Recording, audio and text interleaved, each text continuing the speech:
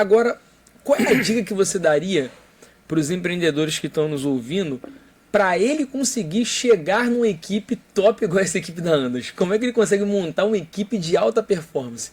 Primeiro ele pode contratar a Andas. Ah, essa dica aí é boa. Pega aqui, essa é a melhor dica.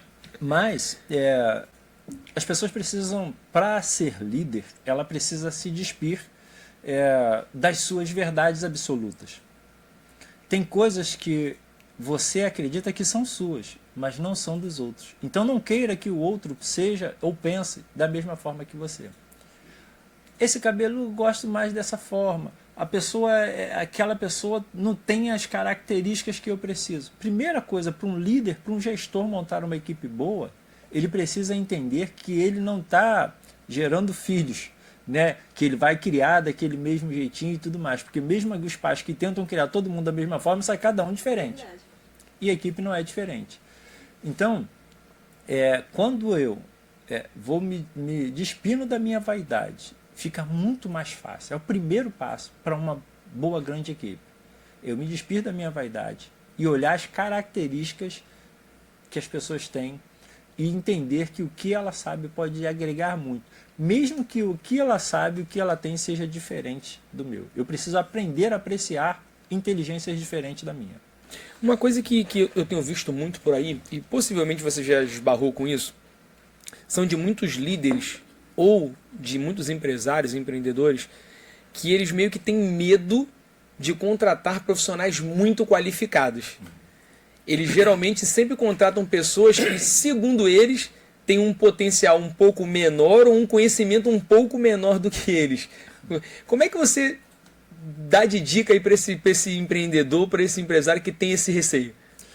Eu costumo dizer o seguinte: nem todo mundo que é líder, né, está preparado para ser. Nem todo mundo que ocupa uma liderança, de fato, é. Então, e líderes inseguros, eles são diferentes. E a equipe não é diferente. Então, quando eu vou me despindo da minha vaidade, fica muito mais fácil. É o primeiro passo para uma boa, grande equipe. Eu me despir da minha vaidade e olhar as características que as pessoas têm e entender que o que ela sabe pode agregar muito. Mesmo que o que ela sabe, o que ela tem seja diferente do meu. Eu preciso aprender a apreciar inteligências diferentes da minha. Uma coisa que eu tenho visto muito por aí, e possivelmente você já esbarrou com isso, são de muitos líderes ou de muitos empresários, empreendedores, que eles meio que têm medo de contratar profissionais muito qualificados. Eles geralmente sempre contratam pessoas que, segundo eles, têm um potencial um pouco menor ou um conhecimento um pouco menor do que eles. Como é que você dá de dica aí para esse empreendedor, para esse empresário que tem esse receio? Eu costumo dizer o seguinte: nem todo mundo que é líder, né, está preparado para ser. Nem todo mundo que ocupa uma liderança, de fato, é. Então, e líderes inseguros, ele poda pessoas com potencial para brilhar. Porque ele de alguma forma, ele está exercendo uma função pela qual ele não está preparado. Porque a essência do líder é potencializar pessoas, é abrir caminho para pessoas. E quando ele não tem segurança do que ele faz, ele vai achatando o outro, vai querendo que as ideias dele prevaleçam, o caminho dele seja verdadeiro. E aí outras pessoas não crescem por conta disso. Então, assim, é muito importante a gente entender que tem pessoas adoecendo em empresas com ideias geniais, que poderiam alavancar negócios, que poderiam mudar a realidade de negócios.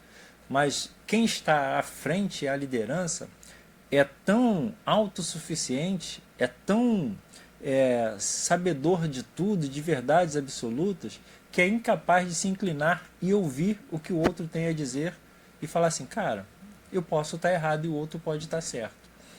Então, é muito importante para os gestores entender que quem ele escolhe para liderar, ele precisa fazer a manutenção disso costumeiramente. Porque o fato de eu ter o Charles na minha equipe e trazer mais uma pessoa, isso não quer dizer que eu vou perder ou deixar o Charles como líder. Mas eu vou agregar uma outra pessoa com uma outra inteligência para poder ocupar um espaço que talvez o Charles não ocuparia, ou talvez para fazer mais aquilo que o Charles já faz bem feito. Agora, quando um líder não reconhece no outro característica que possa ir para além dele, é muito ruim.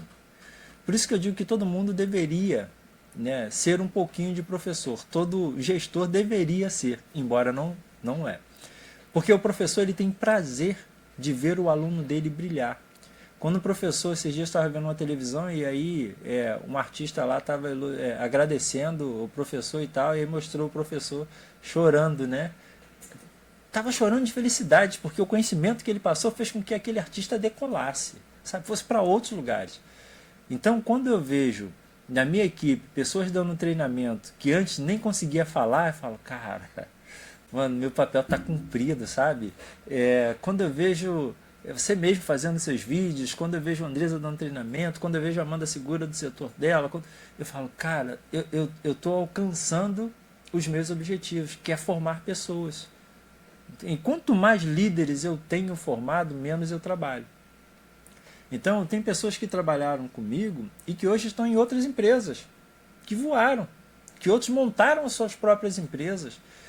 E essas pessoas realmente me apaixonam, né? Então, a gente precisa aprender a aplaudir os outros. Eu costumo sempre repetir uma fala de Nelson Mandela, que quando eu permito que outra pessoa brilhe, a minha luz brilha muito mais. Então, eu preciso aprender a abrir caminho para que outros possam crescer.